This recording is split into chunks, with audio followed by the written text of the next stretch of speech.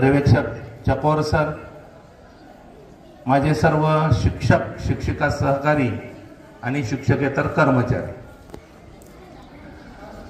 आज बिरसा मुंडा यांची जयंती आहे.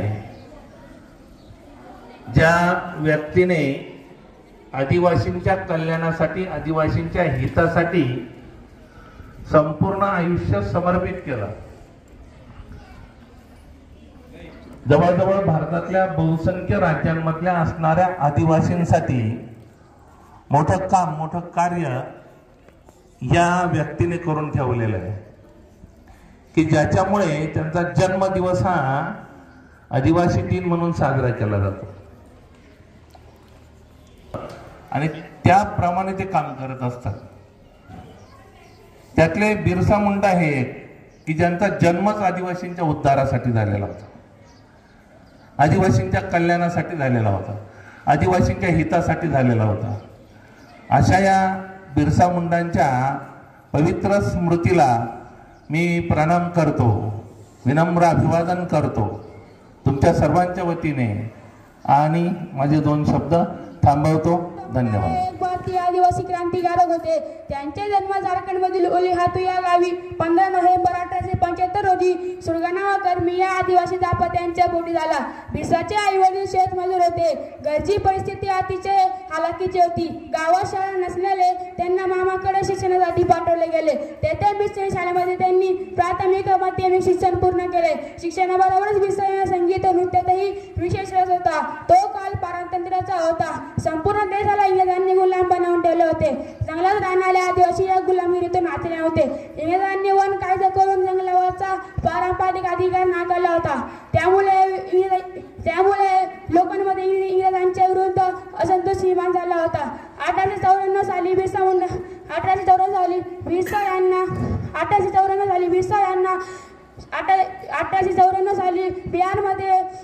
बिहारमध्ये भीषण दुष्काळ पडला. उपासमार व रोगराईत अनेक लोक मरण पावले. त्यानंतर ब्रिटिशांनी जमीनदारावर व जागीरदारांकरवी शेतकऱ्यांवर अवाजवीचा शेतसारा लावला होता. त्यामुळे संतप्त होऊन इंग्रज सरकारने 1895 मध्ये बिरसा मुंडा यांना 2 वर्षाची मजुरीची शिक्षा ठेठवली. त्यांना हजारीबाग टाकण्यात आले. एवढं बोलून मी माझे भाषण संपवतो. जिल्ह्यातील देवगाव येथे झाला. त्यांच्या वडिलांचे नाव रामजी तर आईचे नाव रमाबाई असे होते. शिक्षणाबरोबरच राघोजींनी तलवारबाजी, भालाफेक, पट्टा चालवणे व घोडेस्वारी करणे ही कौशल्ये आत्मसात केली. राघोजींच्या उत्कृष्ट संघटन कौशल्यामुळे विविध भागातून अनेक तरुण येऊन त्यांना मिळाले. ब्रिटिशांच्या जुलमी सरकार व शेतकऱ्या जुलूम करणाऱ्या सावकाराविरोधात लढा उभा केला. 1845 रोजी इंग्रजांविरुद्ध समोरासमोर लढा दिला जो जुलूल उठाव म्हणून प्रसिद्ध आहे. 2 मे 1848 रोजी ठाणे सेंट्रल जेल राघोजी भांगरे यांना फाशी देण्यात आली. जनतेने राघोजी भांगरे यांच्या कार्याची दखल घेत आदिक्रांतीवीर ही उपाधी दिली. आदिक्रांतीवीर राघोजी यांचे शेतकरी आदिवासी स्वातंत्र्य लढ्यातील कार्य नेहमी स्मरणात राहिले. ठाणे सेंट्रल जेल जिल्हाधिकारी कार्यालयाजवळील मुख्य चौकास आदिक्रांतीवीर राघोजी भांगरे असे नाव दे. 2-3 शब्द सांगणार आहे, ते तुम्ही शांत चित्ताने ऐकावे अशी माझी नम्र विनंती. बिरसा मुंडा यांचा जन्म झारखंडमधील उलीहातू या गावी 15 नोव्हेंबर 1875 रोजी झाला. त्यांचे शिक्षण जर्मन मिशनरी स्कूलमध्ये झाले. सगळ्यांमध्ये मिळून मिसळून राहण्याचा बिरसाचा स्वभाव होता. त्यामुळे तरुण वयात त्यांनी समवयक आणि समविचारी सहकार्याचे संघटन केले. बिरसाचे वडील सुगन मुंडाचे जबरदस्तीने धर्मांतर केल्याबद्दल ख्रिस्ती मिशनरांचा व इंग्रजांचा मनस्वी राग येत असे. त्यातच अशिक्षित आदिवासींवर होणारा अत्याचार पाहून त्यांनी इंग्रज अधिकाऱ्यांना धडा शिकवण्याचा विचार केला. बिरसा मुंडा यांनी गोडगेडा गावातील स्वामी आनंद पांडे यांना गुरुस्थानी मानले होते. त्यांच्या आशीर्वादाने आणि त्यांच्या सहकार्याने इंग्रज अधिकाऱ्यांच्या विरोधात छोट्या नागपूर क्षेत्रात इसवी 1875 रोजी त्यांनी लढा आहे. प्रत्येक वर्षी 9 ऑगस्ट रोजी जागतिक आदिवासी दिन साजरा केला जातो. हा दिवस जगभरातील आदिवासी समाज त्यांची संस्कृती, परंपरा आणि हक्क यांचा आदर करण्यासाठी साजरा केला जातो. आदिवासी लोकांचे जीवन खूपच साधे आहे. ते निसर्गाशी जोडलेले असतात. ते जंगल, झाडे, प्राणी, नद्या आणि डोंगर यांची काळजी घेतात. त्यांच्या जीवनशैलीत आपल्याला पर्यावरणाचं जतन कसं करावं हे शिकायला मिळतं. आजही अनेक आदिवासी बांधवांना शिक्षण, आरोग्य आणि रोजगार यांच्यासारख्या मूलभूत राजगुरू सुखदेव यांनी सहभाग घेतला. त्यामुळे हा दिवस ऑगस्ट क्रांती दिन म्हणून पाळला जातो. करेंगे या मरेंगे या हा एकच मंत्र देशभर पसरला होता. स्वराज्य हा माझा जन्मसिद्ध हक्क आहे आणि तो मी मिळवणारच, ही लोकमान्य टिळकांची सिंहगर्जना याच आंदोलनात दुमदुमली. हे सगळं सुरू होतं ते भारताच्या स्वातंत्र्यासाठी. भारताला दिवस गाजवतो. सर्वप्रथम माझ्या तमाम आदिवासी बांधवांना 9 ऑगस्ट म्हणजे जागतिक आदिवासी दिनाच्या हार्दिक शुभेच्छा. 9 ऑगस्ट हा दिवस जगभरात जागतिक आदिवासी दिन म्हणून साजरा केला जातो.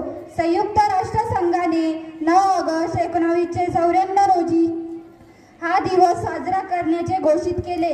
या दिवशी आदिवासी बांधव एकत्र येऊन मोठ्या आनंदाने हा दिवस साजरा करतात. पारंपरिक वेशभूषा, लोकनृत्य, लोकगीते, पारंपरिक कला सादर करून हा दिवस साजरा केला जातो.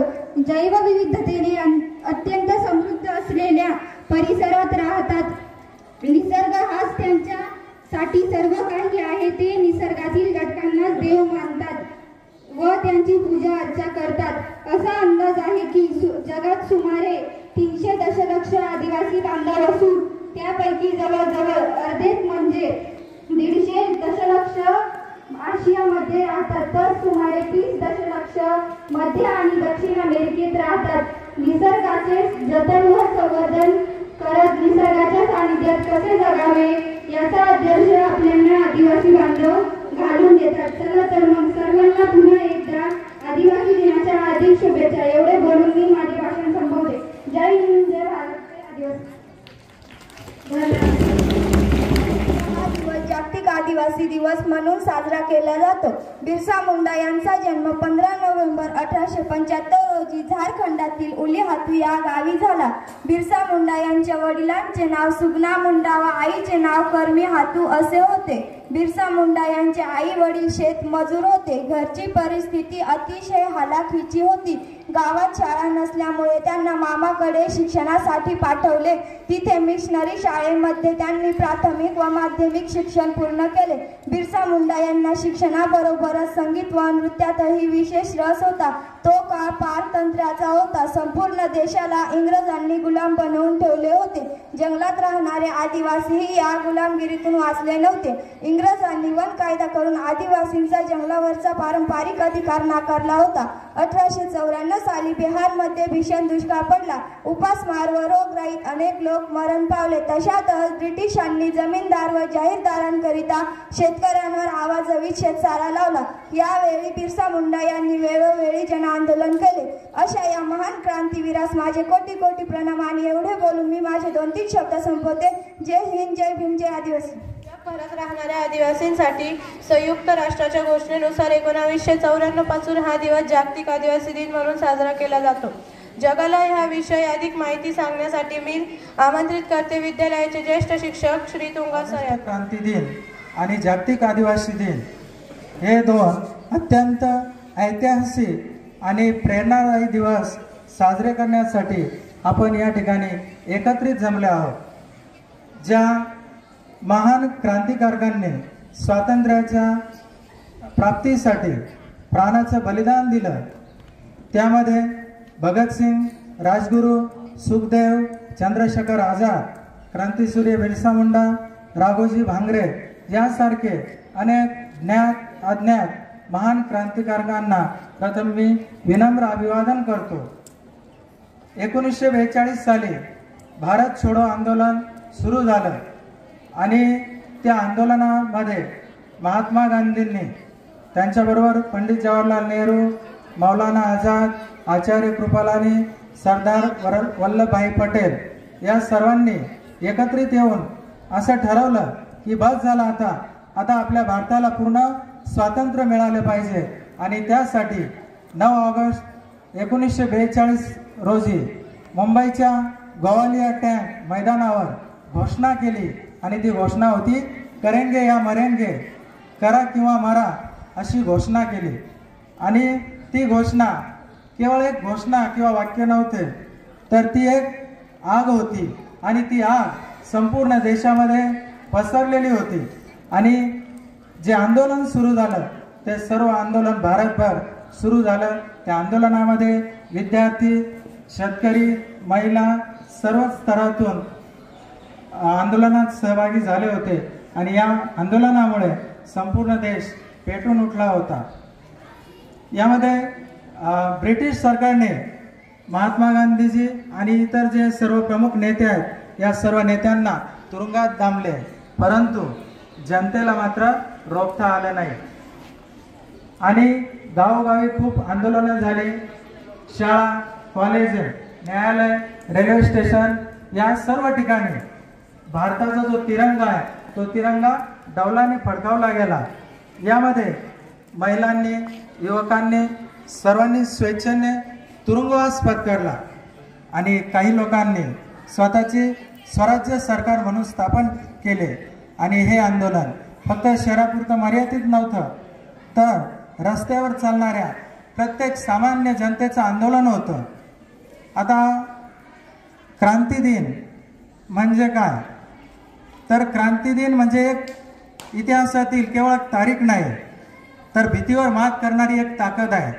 क्रांती दिन म्हणजे काय, भीतीवर मात करणारी एक ताकद आहे, सामाजिक जागृतीचा झंझावात आहे आणि स्वातंत्र्याच्या दिशेने टाकलेलं निर्णायक पाऊल आहे.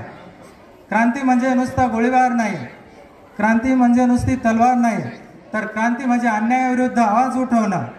क्रांती म्हणजे स्वतःमध्ये सकारात्मक बदल घडवणं, हे म्हणजे क्रांती होय.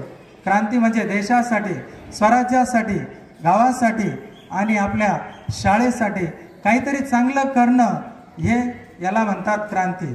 आज आपल्यावर काही बंदी नाही, पण अजूनही अशिक्षण, अंधश्रद्धा, गरिबी, पर्यावरणाचे प्रश्न, भेदभाव यांच्या विरुद्ध आपल्याला आंदोलन किंवा हे जे प्रश्न आहे ते सोडावे लागेल. आजची क्रांती म्हणजे काय, तर शिक्षण, शिस्त, प्रामाणिकपणा आणि देशाची सेवा करायची. शेवटी बघा, जो जागतिक आदिवासी दिन आणि क्रांती दिन, तर या दोन्ही दिनानिमित्त आपण सर्व विद्यार्थ्यांनी चांगली प्रेरणा घेतली पाहिजे. आपण काय करायला हवं, तर शिकलं पाहिजे आणि इतरांना पण चांगल्या गोष्टी शिकवल्या पाहिजे. स्वतःचा विचार असला पाहिजे, चांगली नवी ध्येय असली पाहिजे आणि ती ध्येय साकार करण्यासाठी त्याला कष्टाची जोड दिली पाहिजे. माहिती जाणून घ्यायची आहे, तर मी माझ्या 2 शब्दाला सुरुवात करते. वेगळी तुझी बोलीभाषा, वेगळी तुझी बोलीभाषा, धर्म तुझा आगळा, लाकडाचा केला नांगर, लाकडाचा केला नांगर आणि स्वतः बैल झाला.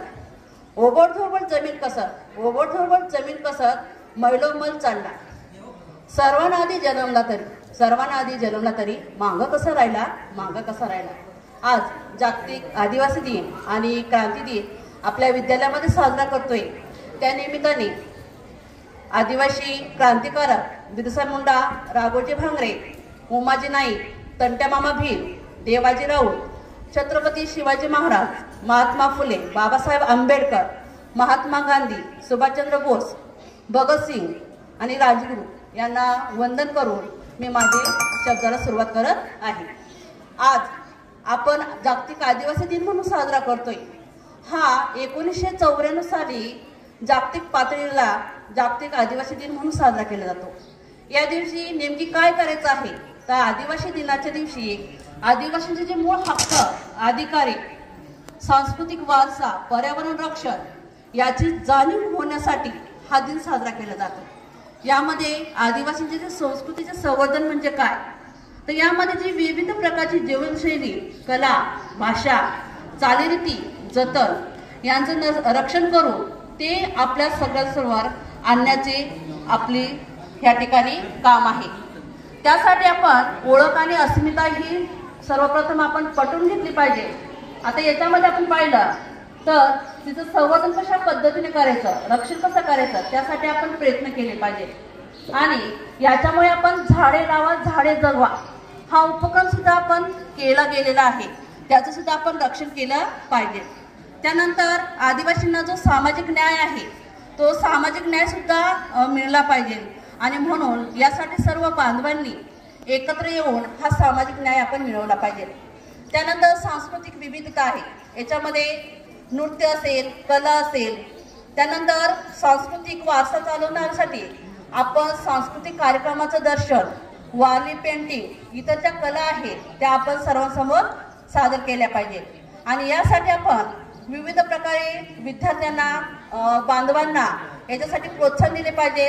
विद्यालयामध्ये विविध प्रकारचे जे भाषाचे ज्ञान आहे, आता आपण म्हटलं तर 12 कोसावर भाषा वेगवेगळी असते, त्या भाषेचं ज्ञान ह्या विद्यालयामध्ये दिलं गेलं पाहिजे आणि त्याचं आपण रक्षण केलं पाहिजे.